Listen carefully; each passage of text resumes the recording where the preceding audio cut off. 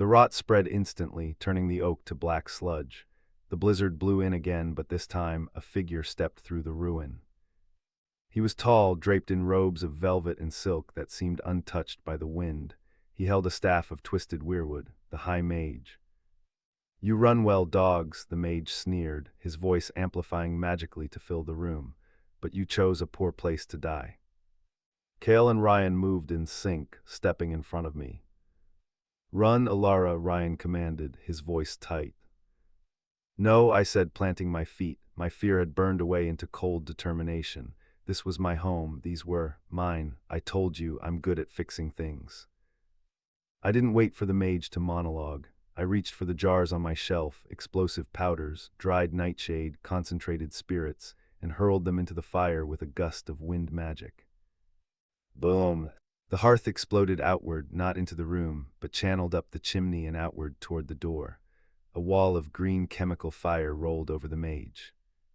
He shouted, raising a shield, but the distraction was all we needed. "Now," Kael roared. He didn't shift, he didn't need to. He grabbed the iron poker Rian had dropped and launched himself through the smoke.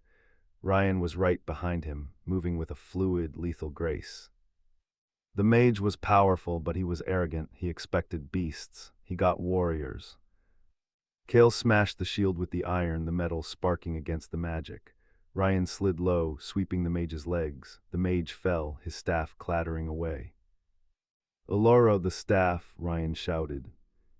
I lunged for the twisted wood. As soon as my fingers brushed it, I felt a surge of corrupted power. I didn't try to use it. I snapped it over my knee. The backlash was immediate. A shockwave threw us all backward. The mage screamed as his source of power shattered, his form flickering. Without his anchor, the teleportation spell that brought him here collapsed. With a final, hateful shriek, the mage was sucked back into the void, vanishing along with the rot he had brought. Silence returned to the cabin. The wind howled outside, natural and clean once more. We lay amidst the debris of my living room. Kael was the first to move. He groaned, sitting up and checking his limbs. He looked at Rian, who gave a thumbs up from the floor. Then they both looked at me.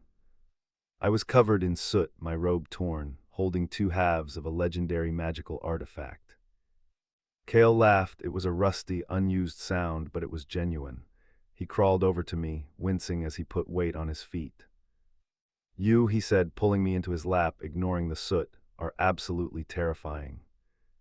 Rian joined us, wrapping his arms around both of us from behind, resting his chin on my shoulder. "I think I'm in love." "The staff is broken," I said, looking at the wood. "He can't track you now." "Not easily," Kael said, pressing a kiss to my temple. "We have time to heal. And time to explain why you stole yourselves from him," I added, raising an eyebrow.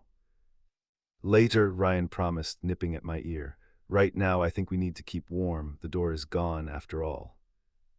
I looked at the gaping hole. It would take days to fix properly.